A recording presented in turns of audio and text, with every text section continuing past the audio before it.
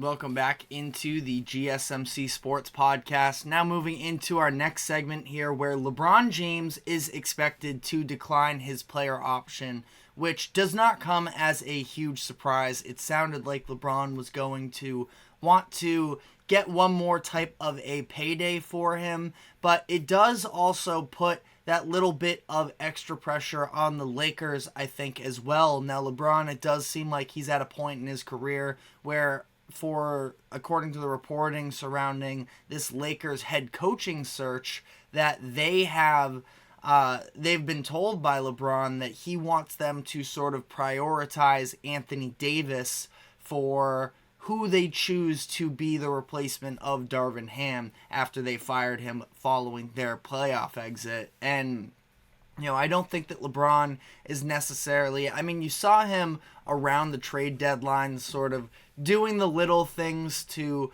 get the media talking and trying to put a little bit of pressure on the Lakers, talking about the tweets that he was firing off, the cryptic messages, and wearing that Knicks towel and all that sort of BS that gets aggregated because it's LeBron James, because it's the Lakers, and ultimately it's all stupid.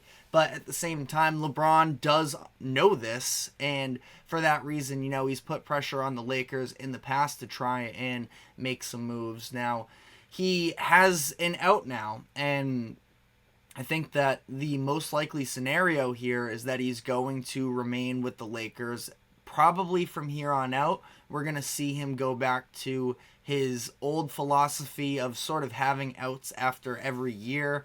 When he came to LA, there was a sense that he really wanted to legitimately live that LA lifestyle for, the foreseeable future, which is why after years in Miami and Cleveland of seeing him agree to these deals that would give him these types of player options just about every offseason, and he could rework his deal, make more money, and he wouldn't have to be locked up in a situation that he didn't want to be in. He trusted the Lakers that I want to be here for the next few years. Let's just get this deal done.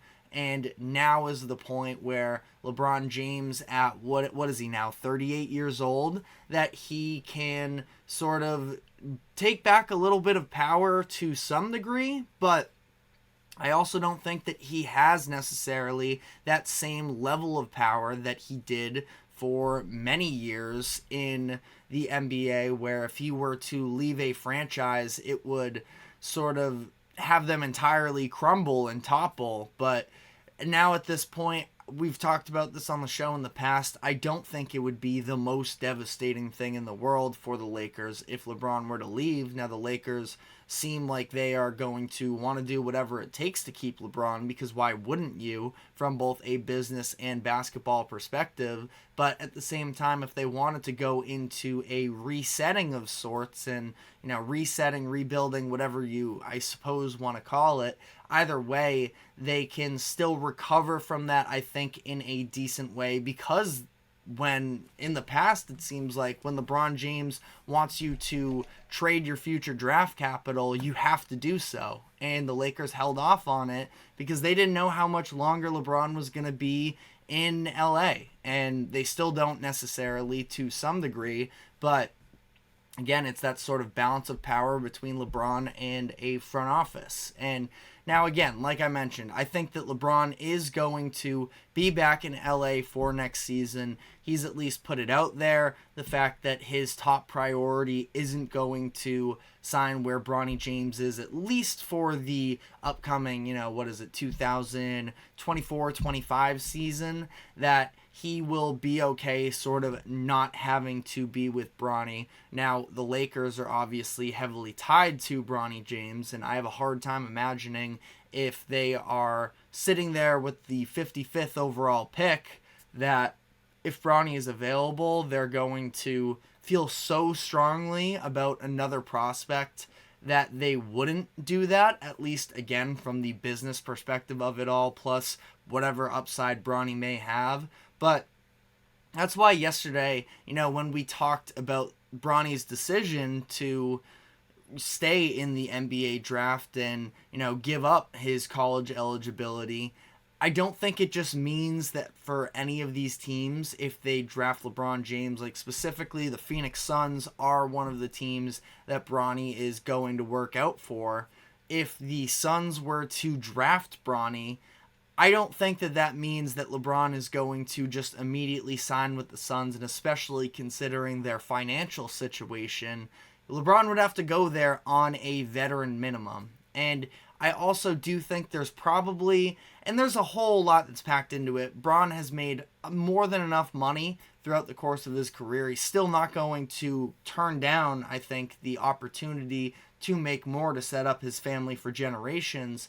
But also, I feel like LeBron has enough of an understanding of the reality of the entire NBA landscape, and that him taking a veteran minimum contract I'm not saying definitively would, but could definitely have a ripple effect on the market for other stars. And again, I think that LeBron, who's been in this league long enough, who's been in the limelight specifically as the premier player for just about the entire time he was there, he does sort of understand the importance that he has in regards to his peers in terms of being able to put everybody in best position to make money. So again, I don't think that this is a situation where LeBron is just going to take a veteran minimum contract wherever. Now, there are other teams, a team that we didn't necessarily talk about yesterday, but for the Philadelphia 76ers, if they were to take Bronny, they also have a max contract spot available. So maybe that would be something that would be more feasible to me. Again, I think that LeBron is going to want to try and run it back one more time with the Lakers. Now, it is interesting to sort of see, from what it sounds like, his priority is still trying to win a championship. And headed into his age 40 season, maybe he feels like he does still have a chance to do so with this Lakers squad. Now, I don't necessarily know about that. The Lakers have a little bit more flexibility this offseason to maybe try and bring in a third star. There was just a report that came out yesterday. I at least saw the Bleacher Report notification of it. I can see if I can maybe quickly look through it here and such, but that the Athletic reported that the Lakers are looking to prioritize having depth in this offseason as opposed to going out for that third star, which I think is probably, a pretty solid approach if you ask me, considering the fact that they already do have incredible play. You look at that playoff series against the Nuggets, Anthony Davis played in what I thought one of his best playoff series of his career. LeBron James was very good himself as well, but it was just no help outside of those two that,